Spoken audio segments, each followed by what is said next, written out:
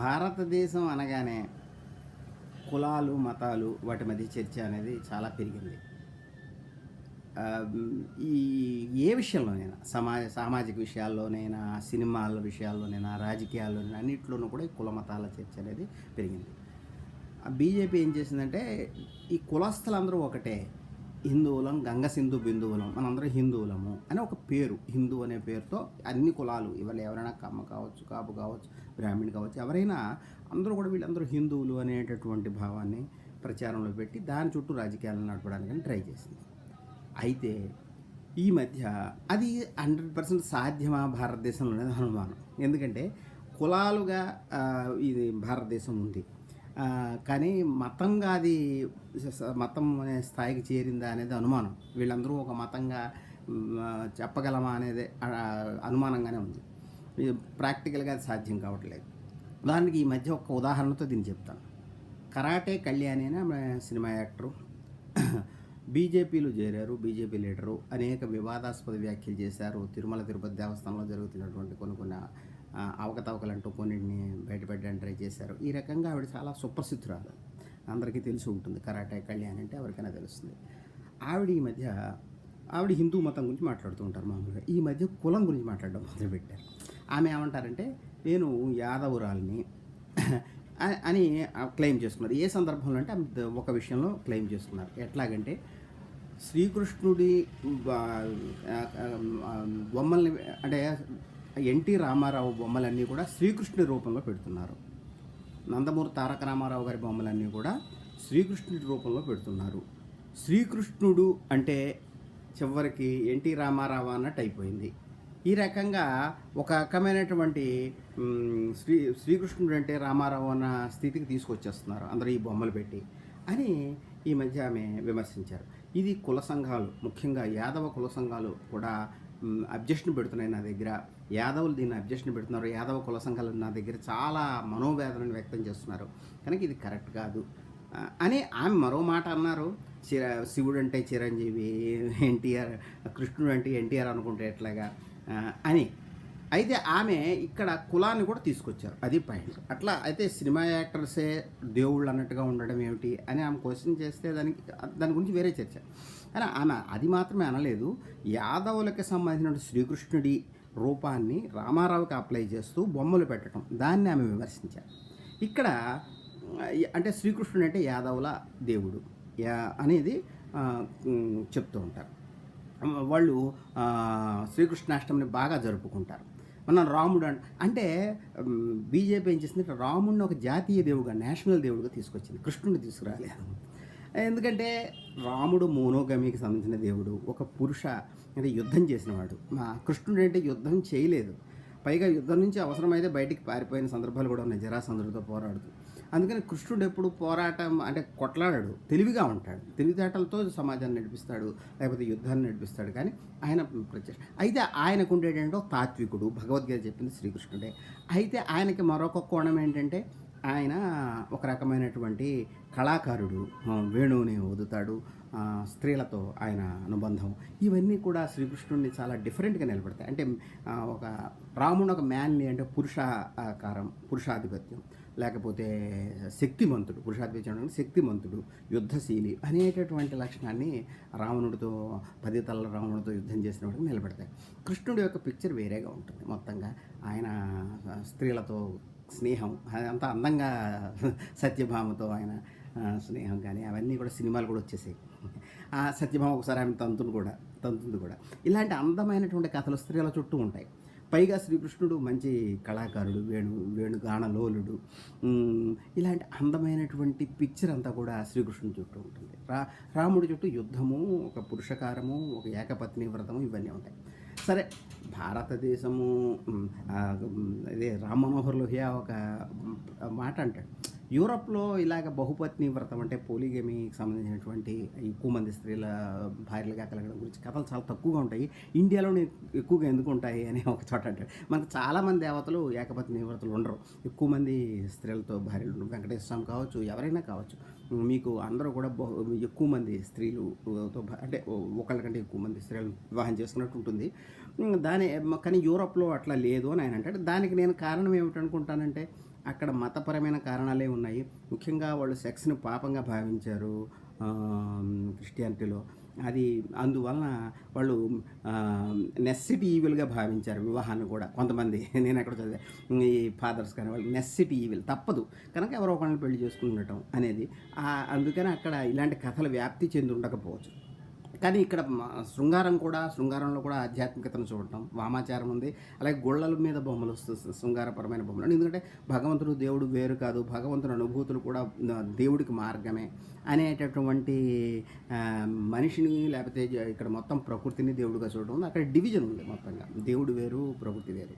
ఈ ఈ సాంస్కృతిక కారణాల వలన కావచ్చు ఇక్కడ బహుపత్ని వ్రతం కలిగినటువంటి దేవుళ్ళు కనపడతారు. అక్కడ ఎక్కువ మంది బ్రిటిష్ పూర్వం నేను అనుకోవటం ఎక్కువ మంది స్త్రీలను పెళ్లి చేసుకోవడం పెద్ద తప్పుగా ఏం భావించబడేది కాదు. చాలా సమాజంలో ఉండేది. కేవలం ముస్లింకి సంబంధించిందే కాదు, అందరిలోనూ ఉండేది. ఇది మామూలుగా ఇది అనేక విషయాల్లో మధ్యంలో వచ్చిన విషయం. అందుకని శ్రీకృష్ణుడు అనేక మంది అంటే స్త్రీల అంటే ఆకర్షించేటటువంటి శక్తి, గోపికల్ని అంటే ఆకర్షించేటువంటి అందగాడుగా, ఒక సౌందర్యవంతుడుగా, కళాకారుడుగా మనకి కనపడతాడు. ఒక సౌమ్యత కనపడుతుంది అతనిలో. అయితే తెలివైన వాడుగా కనపడతాడు భారతంలో. లీడ్ చేస్తాడు, కానీ ఆయన ఏమి యుద్ధం చేయడు. అది విచిత్రం. ఈ శ్రీకృష్ణుడికి రాముడికి చాలా వైరుధ్యం. అయితే రాముడిని ప్రధానంగా తీసుకురావడం అనేది నేషనల్ రాజకీయాల్లో జరిగింది. ఆయన నేషనల్ ఐడెంటిటీ ఆయనకి ఇవ్వబడింది. ఒక ఆర్మీకి సంబంధించిన వ్యక్తిగా కనపడతాడు ఆయన. కనుక ఒక మార్షియల్ రేస్కి సంబంధించిన వాళ్ళ కనపడతాడు. శ్రీకృష్ణుడు అలా కనపడ్డు. అందుకని శ్రీకృష్ణుడిని ఇప్పుడు ఈమె యాదవులకు సంబంధించిన దేవుడుగా ప్రధానంగా చెప్తున్నారు. చెప్తూ యాదవులు బాధపడుతున్నారు, మీరు ఇలాగా ఏంటి, మీరు కాలుస్తే వేరే రాముడిని మామూలుగా వేరే రూపంలో లేకపోతే డైరెక్ట్గా రాముడు బొమ్మ పెట్టుకోవచ్చు, కానీ శ్రీకృష్ణుడిని మధ్యలోకి ఏడవడం అనేది కరెక్ట్ కాదు. ఇక్కడ మనకి ప్రధానంగా ఈ యాదవ లేదా ఒక కులానికి సంబంధించినటువంటి ఐడెంటిటీని తీసుకురావడం జరిగింది. హిందువులం, గంగ సింధు బిందువులం దగ్గరికి యాదవులం, లేకపోతే ఇంకా ఇతర కులాలు, అక్కడైతే లింగాయతులు వస్తున్నారు. కర్ణాటకలో లింగాయతుల్ని ఎలాగా, ఒక్కళికులను ఎలాగా ఇన్ఫ్లుయెన్స్ చేయాలి. బీజేపీ కూడా కులం దగ్గరికి దిగాల్సి వస్తుంది. అంటే అందరూ హిందువులని చెప్పుకునే ఓట్లు అడిగే పరిస్థితి లేదు. మీరు ఒక్కళికులైనా, లింగాయతులైనా, యాదవులైనా అందరూ కూడా ఒకటే, అందరి దేవతలు ఒకటే, అంత సంస్కృతి ఒకటే, కనుక మాకు ఓటు వేయండి అనే పరిస్థితి మాత్రం లేదు. ఇది కనపడుతున్నటువంటి విషయం. అంటే బీజేపీ అయినా బీఎస్పీ అయినా ఏ పార్టీ అయినా ఇక్కడ కులం దగ్గరికి రావాల్సిందే. బీఎస్పీ కూడా బ్రాహ్మణులకి మేము పరశురాముడి గుడి కడతాం అనాల్సి వచ్చింది. అప్పుడు కొంతమందిని చంపేశారు ఎన్కౌంటర్లో. అక్కడ ఉన్నటువంటి బ్రాహ్మణ్ క్రిమినల్స్ని వాళ్ళని చంపేశారు. దూబే అనేటటువంటి వికాస్ దూబే అనే ఈ యోగి ఆదిత్యనాథ్ టైంలో అప్పుడు మేము పరశురాముడికి గుడి కడతాం అనేటటువంటి తీసుకురావచ్చారు. అంటే ఎక్కడైనా సరే కులాన్ని బయటికి తీసుకురావడం జరుగుతుంది. ఇంకోటి ఏంటంటే భారతదేశము ఇంతగా కులం అంటే బ్రిటిష్ తర్వాతే కులం ఇంతగా బలపడింది. నేను ఎందుకు అంటానంటే అంత క్రితం కులాలు లేకపోలేదు. కులాలు విడివిడివిడిగా ఉన్నాయి ఎక్కడికక్కడ. దేశమంతా అప్పుడు కమ్యూనికేషను తక్కువే. వివిధ ఇప్పుడు కాశీ యాత్ర చరిత్రని ఏనుగుల వీరస్వామి గారు రాశారు. దాంట్లో తమాషా అయిన ఒక ఇన్సిడెంట్ చెప్తారు. అది చెప్తే మీకు కొంత అర్థం అవుతుంది. ఆయన యాత్ర చేస్తూ కాశీ యాత్ర చేస్తూ అనేక ఊళ్ళు దాటుతూ వెళ్తున్నాడు. మధ్యలో ఒక ఊరికి వెళ్ళాడు. ఊరికి వెళ్ళి ఒక వీధిలోకి వెళ్ళాడు. వెళ్ళి ఇక్కడ బ్రాహ్మణులు ఉంటారా అని అడిగాడు. అంటే ఇక్కడ బ్రాహ్మణులు ఉండరు, నియోగులు ఉంటారని చెప్పారు. అంటే బ్రాహ్మణ నియోగులు కదా అంటే శాఖలుగానే గుర్తిస్తారు ఊళ్ళలో కొన్ని చోట్ల.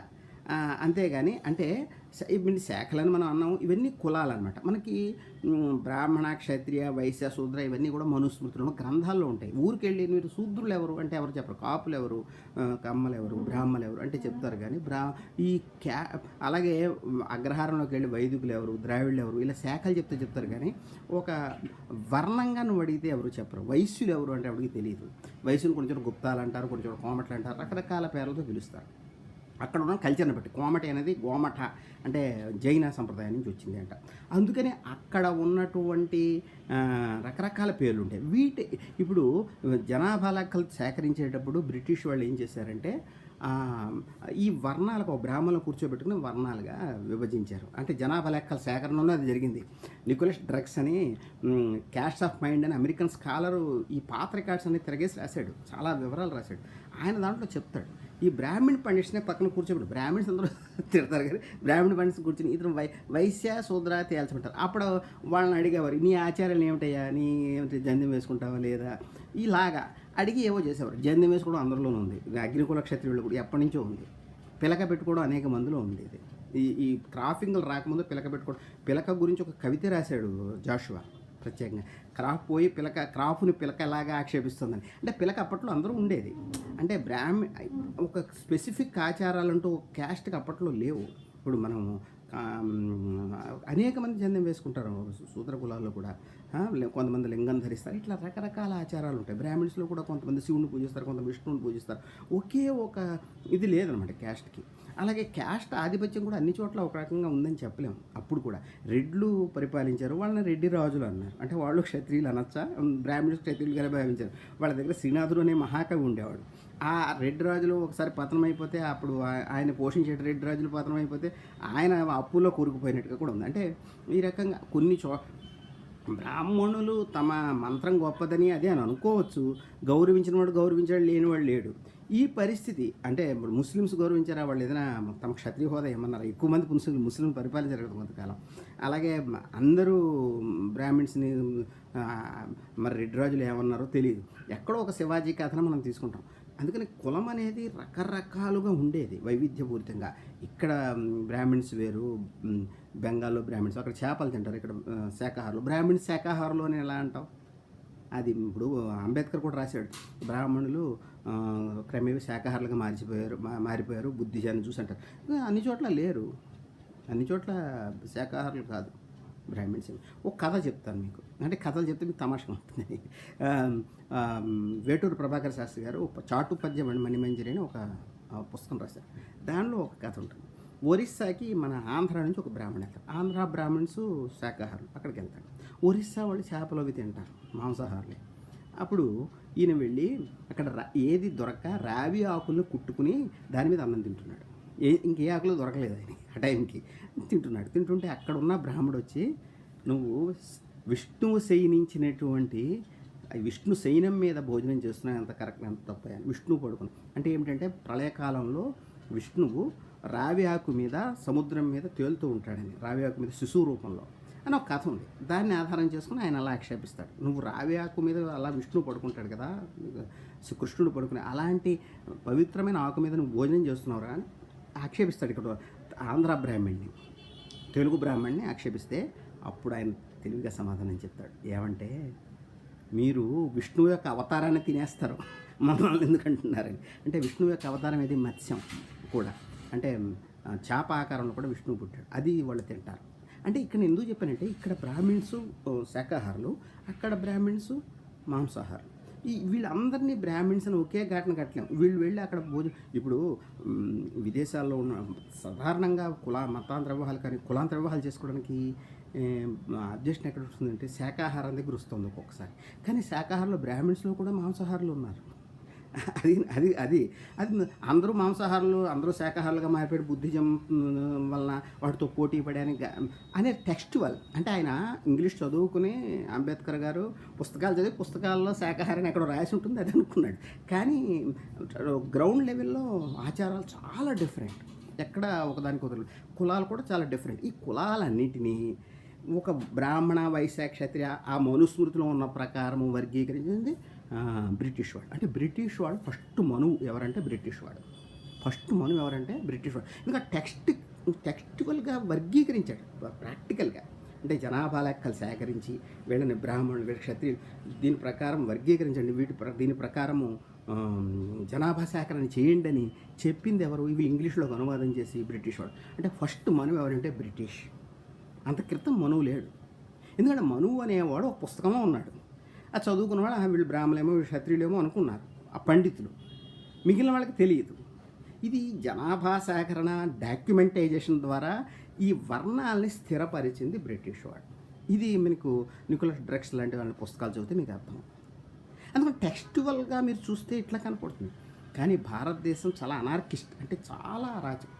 ఎక్కడికక్కడ చిన్న చిన్న సెక్ట్స్గా ఉన్నారు మనం. ఇవన్నీ కూడా ఒకటి చేసేటటువంటి మతం ఏదో ఇక్కడికి రాలేదు. ఇప్పుడు ఎక్కడైనా అదే ఉండుంటుంది. జర్మనీలో 8వ శతాబ్దం క్రిస్టియానిటీ ప్రవేశించింది. అంత క్రితం ప్యాగన్ రిలీజియన్స్ ఉండేవి. అంత క్రితం మన దేశంలాగే ఉండేదేమో చిన్న చిన్న సెక్ట్స్గా, చిన్న చిన్న ఆచారాలుగా, ఒక 100 అనేక జాతులుగా, తెగలుగా, ప్రాంతాలుగా ఉండేదేమో. ఈ వైవిధ్యం ఎంత వైవిధ్యం అంటే భారతదేశం అంత వైవిధ్యం. దీనన్ని హిందూ అనే దానికి తీసుకురావడానికి చేసే ప్రయత్నము లో బీజేపీ కూడా సఫలం కావటం లేదనే విషయము కృష్ణుని యాదవడంలో కనపడుతుంది. అంటే కులాన్ని లేకపోతే సెక్ట్ని, ఒక తెగని ముందుకు తీసుకురావడం తప్పటం లేదు. కులాలే అసలు ఇలా ఘనీభవించి లేవు. ఇవన్నీ టెక్స్టిలైజేషన్, డాక్యుమెంటైజేషన్ బ్రిటిష్ వాళ్ళు జరిగాయి. బ్రిటిష్ అనే మనువు వచ్చాక జరిగాయి. మొట్టమొదటి మనువు బ్రిటిష్. ఈ బ్రిటిష్ అనే మనువాది వచ్చాక ఇదంతా జరిగింది. అంత క్రితం కులాలు చాలా డిఫరెంట్గా, చాలా వైవిధ్యపూరితంగా, ఎక్కడికక్కడ ఆచార వ్యవహారాల్లో పోలిక లేకుండా ఉండే. మా అవధాన్ రఘుకుమార్ గారు కూడా చెప్తారు, మీరు పుస్తకం రాయండి అని ఎప్పుడు చెప్తున్నాను.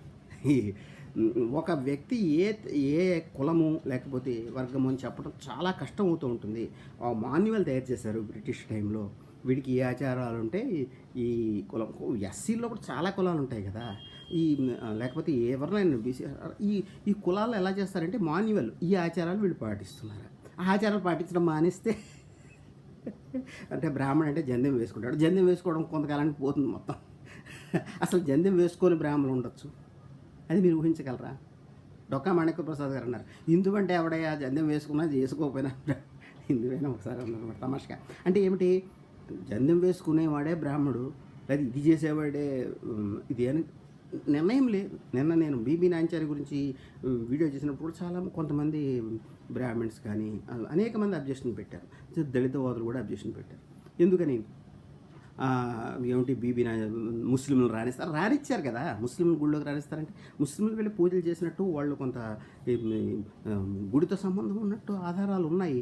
రామానుజుడే అసలు ఆ విగ్రహాన్ని పెట్టాడట రంగనాథ స్వామి ఆలయం, అక్కడ రంగనాథ స్వామి ఆలయంలో శ్రీరంగంలో రామానుజుడే బీబీ నాంచారి బొమ్మ పెట్టాడని, అది జనశ్రుతి. ఇప్పుడు తిరుపతి దేవస్థానం కూడా ముస్లింలు వచ్చి ఆరాధిస్తున్నట్టు ఫోటోలు ఉన్నాయి, వార్తలు ఉన్నాయి, అన్నీ ఉన్నాయి. లేవంటే అట్లా. అందుకని మనకి ఒక విడిగా కల్చరల్గా ఒక విడి సెక్ట్స్గా తయారు చేయడం అంటే, అక్కడ ఒక గ్రంథం ఉంది కనుక ఎంతో కొంత వెస్ట్రన్ పద్ధతి వేరు. ఇప్పుడు మనకి క్రిస్టియన్స్కి ముస్లిమ్స్కే చాలా తేడా కనపడుతుంది. దానికి ఈ మధ్య ఒక మేధావి రాసింది నేను చదివాను. ఏంటంటే ఈ సెక్యులరిజం అనేది క్రిస్టియన్ వరల్డ్ నుంచే ఎందుకు వచ్చింది అనేది ఆయన రాశాడు. ఏంటంటే క్రిస్టియన్ మతం ప్రకారం, క్రైస్తవ మతం ప్రకారము ఐహికము, పారలౌకికము, అంటే లౌకికము, ఆధ్యాత్మికము ఇవన్నీ వేరు వేరు వాళ్ళకి. చర్చ్ అండ్ స్టేట్ వేరు. చర్చ్ అంటే సీజర్ వేరు. వీళ్ళిద్దరూ అంటే చర్చి అధికారం ఉంటుంది, చర్చి అధికారం వేరు, సీజర్ అధికారం వేరు. చర్చికి ఇవ్వాల్సిన చర్చికి, సీజర్కి ఇవ్వాల్సిన సీజర్కి అని ఎవరు క్రీస్తు అంటాడు.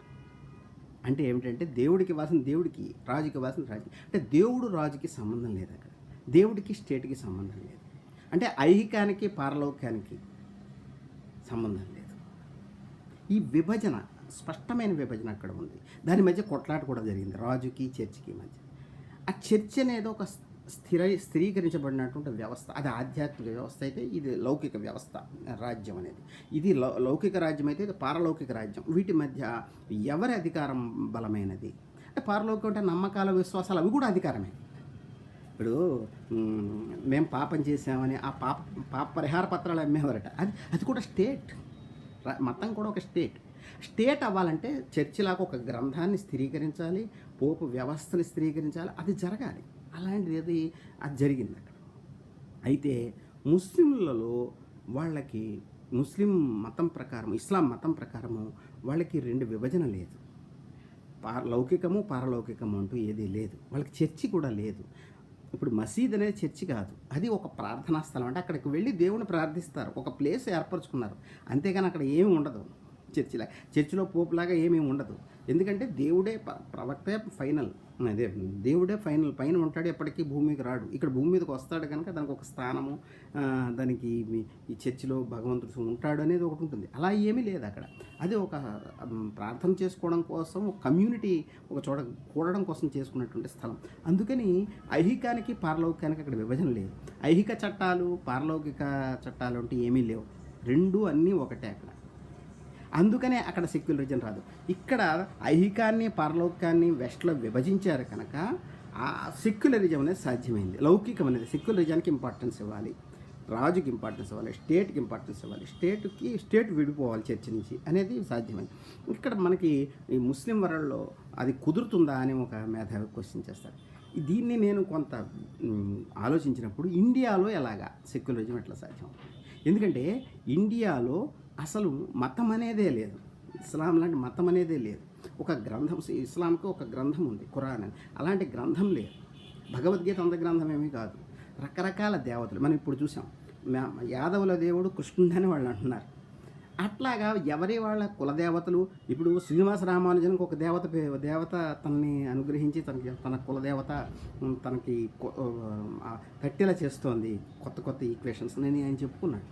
అంటే ఇలాగ కులదేవతలు, రకరకాల దేవతలు, రకరకాల ఆచారాలు, కులాల్లో కూడా ఒక స్థిరమైన ఇది కులము అని చెప్పే ఫైనల్ సూత్రాలు లేని చోట నువ్వు ఒక హిందూ అనో ఏదో ఒక మతాన్ని తీసుకురావడానికి ప్రయత్నిస్తున్నావు. అది ఇంకా అసాధ్యం. ఇక్కడున్న అనార్కిజం దాన్ని బద్దలు చేసేస్తుంది. అందుకే చుట్టూ మత రాజ్యాలు ఏర్పడినా మనకి మత రాజ్యం ఏర్పడింది. బుద్ధుడు అంటే త్రిపిటకాలు వాళ్ళకి గ్రంథాలు స్పష్టంగా ఉంది వాళ్ళకి. ఒక బుద్ధుడు మొట్టమొదటి మత స్థాపన చేసిన వాడు బుద్ధుడే చెప్పాలంటే. ఏదో రకంగా క్రైస్తవం దాని యొక్క హయ్యర్ లెవెల్ కనుక. ఇప్పుడు అంబేద్కర్ ఒక ప్రశ్న ఒకటి పొరపడింది ఎక్కడంటే, ఇక్కడ ఒక ప్రచారక మతం ఉండేది, హిందూ మతం అనేది పోయిందంటాడు. ఉండేదని అందుకే ఆయన అన్వేషించాడు. మీరు వసంతమును జీవిత చరిత్ర చదివితే అంబేద్కర్ది, ఆయన మతం కోసం ఇక్కడ హిందూ మతం సరైన హిందూ మతం కోసం అన్వేషించాడు. ఆర్య సమాజ్ శుద్ధి కార్యక్రమాలకి వాటికి అటెండ్ అయ్యేవాడు. కానీ ఇది అసాధ్యమని ఆయన భావించాడు.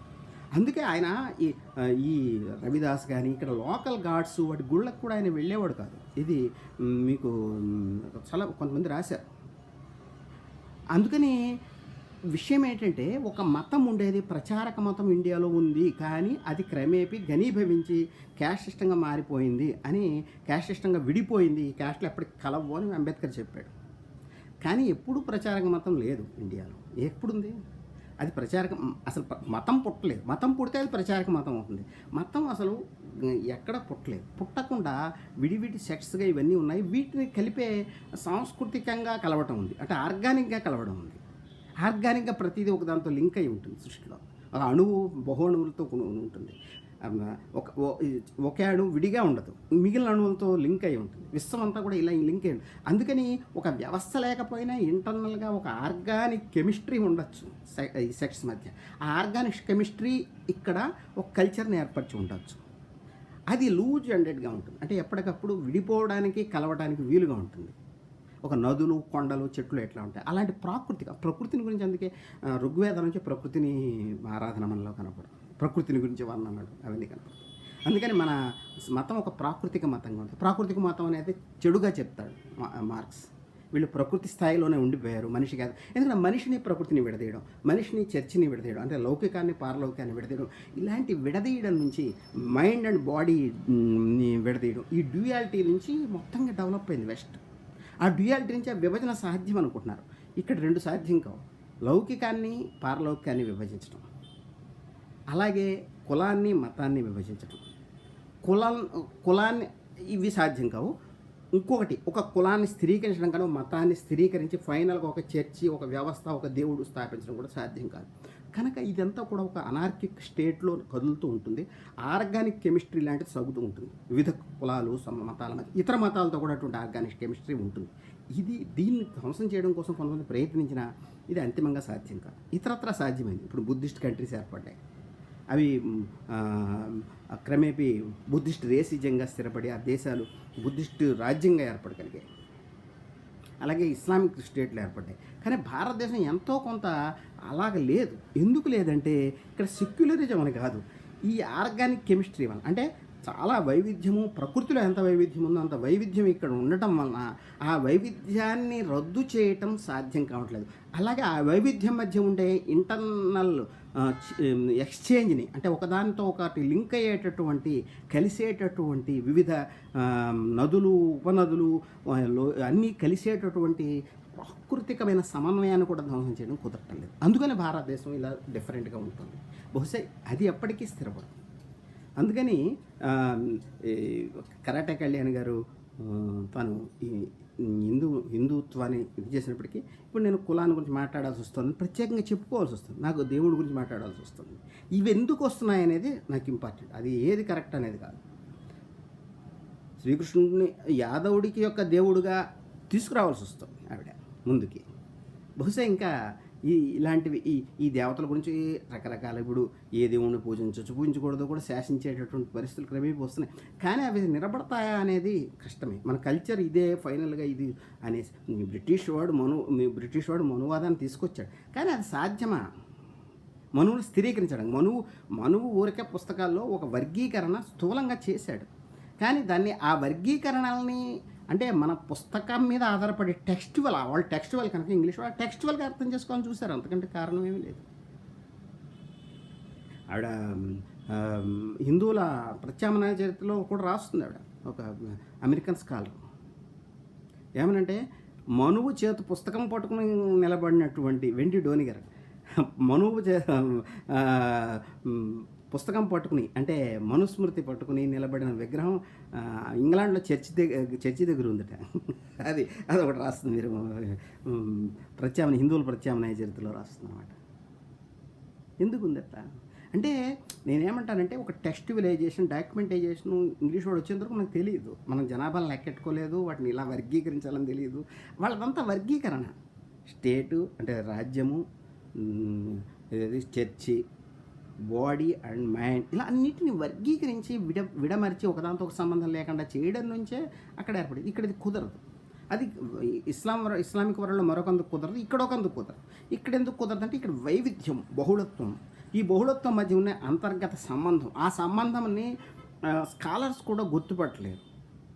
అంత ఇదిగా సాంకర్యం ఉంటుంది స్పెసిఫిక్గా. అంటే మనం రెండింటిని లైక్ చేస్తాం. మనిషి ప్రత్యేకతలను కలిగి ఉండాలనుకుంటాడు, విడిపోవాలనుకుంటాడు. ఇప్పుడు ఒకసారి ఠాగూర్కి గాంధీకి మధ్య చర్చ జరుగుతుంది. యూనివర్సలిజం గురించి మాట్లాడతాడు ఠాగూర్. ఒకసారి జాతీయతను కూడా వ్యతిరేకించాడు, జాతీయతావాదం ఎక్కడ ముప్పు తెస్తుందని. అప్పుడు గాంధీ ఓ మాట అంటాడు, బయట నుంచి గాలుల్ని స్వీకరించడం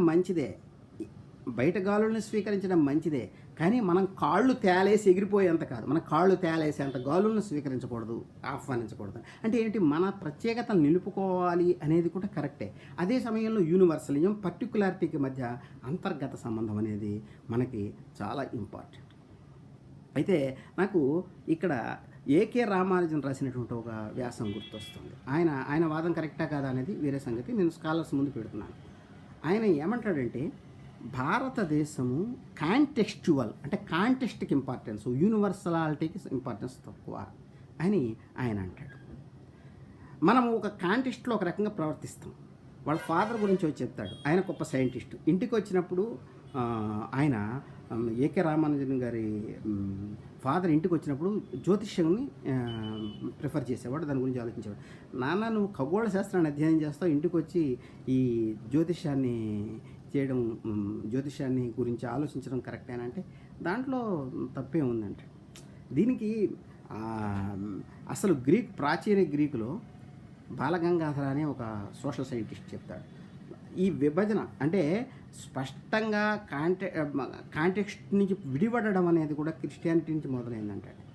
ఎందుకంటే అప్పట్లో పైథాగరస్ లాంటి గొప్ప గొప్ప గణిత లేకపోతే శాస్త్రవేత్తలు ఆ నగరానికి సంబంధించినటువంటి నగర దేవతలు, గ్రామ దేవతలు ఉత్సవాల్లో ఉత్సాహంగా పాల్గొన్నారు. ఎందుకంటే ఆ కమ్యూనిటీని అవి రిప్రజెంట్ చేస్తాయి. నువ్వు దేవుణ్ణి నమ్ముతావా నమ్మడం అంటే ఏమిటి, ఆ చర్చ వేరే. నువ్వు ఒక గ్రామ దేవత ఉత్సవాల్లో పాల్గొనడం అనేది ఆ గ్రామంతో మింగిలవడం, కలవటం లాంటిది. అలా అయ్యేవారు వాళ్ళు. దానికి వైరుధ్యం ఏమీ లేదు, దాంట్లో వైరుధ్యాన్ని భావించలేదు. కానీ స్పష్టమైన విభజన, ఇదంతా కూడా ఒక మతంగా క్రిస్టియానిటీ గ్రంథము, ఒక పుస్తకము రావటము, స్థిరీకరించబడటము, ఆ లేఖనాలు అన్నారు అవి మాటలు కాదు, ఆ లేఖనాలు స్థిరీకరించబడడం నుంచి వచ్చింది. ఇది ఈనాడు ఈ మొత్తం నాగరికతని మనం కంట్రోల్ చేసేటటువంటి స్థితికి ఎదిగింది.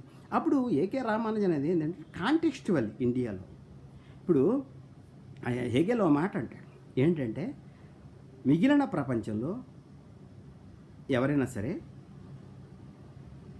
ధైర్యం ముఖ్యం అంటారు. అంటే ఒక సూక్తి అనుకోండి, ధైర్యం ముఖ్యం అంటారు. ఇండియాలో అయితే క్షత్రియుడికి ధైర్యం ముఖ్యం అంటారు. కానీ అంటే కాంటెక్స్ట్. అయితే ఆ కాంటెక్స్ట్ని ఆయన ఇంకా టెక్స్చువల్గానే అర్థం చేస్తున్నాను. నేను దాన్ని ఇంకా కొంచెం ముందుకు తీసుకెళ్తున్నాను కాంటెక్స్ట్ని. క్షత్రియుడు అనేది కూడా అది స్థిరీకరించబడింది కాదు, అది ఏదో పుస్తకంలో ఉంది, యుగాలుగా అలా వస్తుంది, గ్రామాలు స్థిరపడిపోయాయి అలాగే ఉన్నాయి అనేది రాంగ్. హిస్టారికల్గా చూసినా సాంస్కృతికంగా చూసినా కరెక్ట్ కాదు. ఎవరు క్షత్రియుడు అనేది ఆ కాంటెక్స్ట్లో ఏర్పడతాడు. రెడ్డి రాజులు అనేది ఏర్పడతాడు. అంతేకాని అంతకుముందే ఒక క్షత్రియ అనే ఒక టెస్ట్ తీసుకొచ్చి ఆ టెస్ట్లోంచి పుట్టాడు. వాడికి సూర్యవంశము అవన్నీ కూడా కుట్రపూరితంగా జరిగాయని కూడా అనుకోం. బ్రాహ్మణులు సూర్యవంశం క్షత్రియ అది అన్నీ కూడా ఒక సింబాలిక్ ఆర్డర్ లేనిదే, ఒక జెండా లేనిదే దేశం లేనట్టుగా ఇవన్నీ కూడా మీకు ఆర్గానిక్ కెమిస్ట్రీలో ఇవన్నీ ఏర్పడతాయి. ఇది మనం గుర్తించకుండా సరే ఈ సమాజంలో ఉండే లోపాల గురించి వాటిని గురించి ఎంతైనా మాట్లాడచ్చు మనం.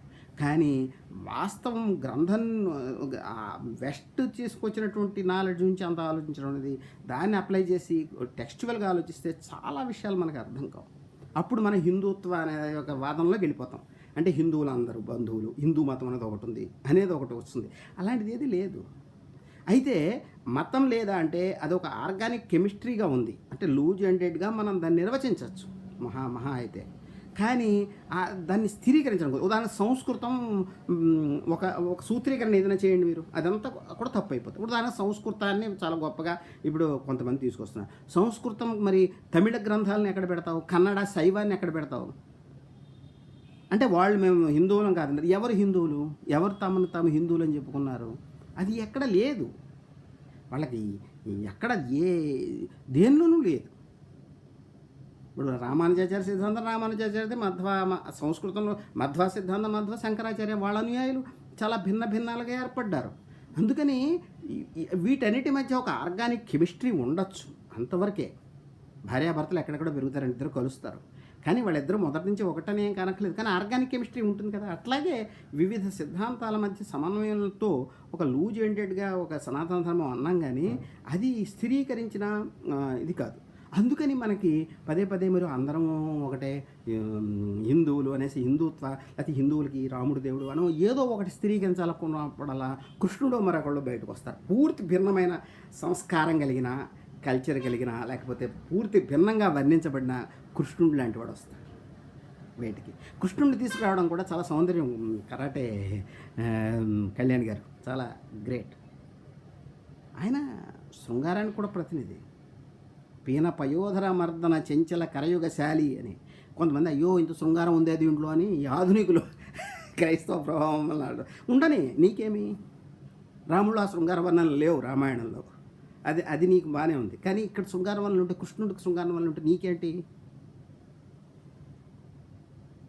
అంటే నువ్వు ఒక రకమైనటువంటి ఇన్హిబిషన్స్, కొన్ని కల్చరల్ ఇన్హిబిషన్స్, మతపరమైన ఇన్హిబిషన్స్తో మాట్లాడుతున్నావు. అందుకని భారతదేశంలో కుదరవు, చాలా వైవిధ్యభరితం.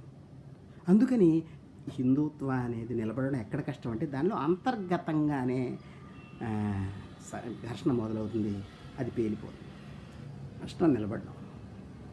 వాళ్ళు దిగి రావాల్సిన నేలకి, పుస్తకాల నుంచి, క్రిస్టియన్ ఇంటర్ప్రిటేషన్స్ నుంచి, గ్రంథం నుంచి దిగొచ్చి లోకల్ లెవెల్లో వివిధ కులాలు, వివిధ మతాల మధ్య అంతర్గత సంబంధాన్ని, అలాగే వాటి ప్రత్యేకతల్ని అధ్యయనం చేస్తే కానీ ఇది కుదరదు. అంత చేయగలుగుతారు వీళ్ళు చేయలేరు. అందుకని భారతదేశపు ఈ ప్రత్యేకతను మనం గుర్తించడానికి ఈ కరాటే కళ్యాణ్ గారు లాంటి వాళ్ళ స్టేట్మెంట్స్ ఒక్కొక్కసారి ఒక చర్చలోకి దారితీస్తాయని అది గుర్తించాలి. హాయ్ ఫ్రెండ్స్, మా టుడే టుమారో యూట్యూబ్ ఛానల్ చూస్తున్నందుకు చాలా థ్యాంక్స్. మరిన్ని లేటెస్ట్ వీడియోస్ కోసం వెంటనే సబ్స్క్రైబ్ చేయండి.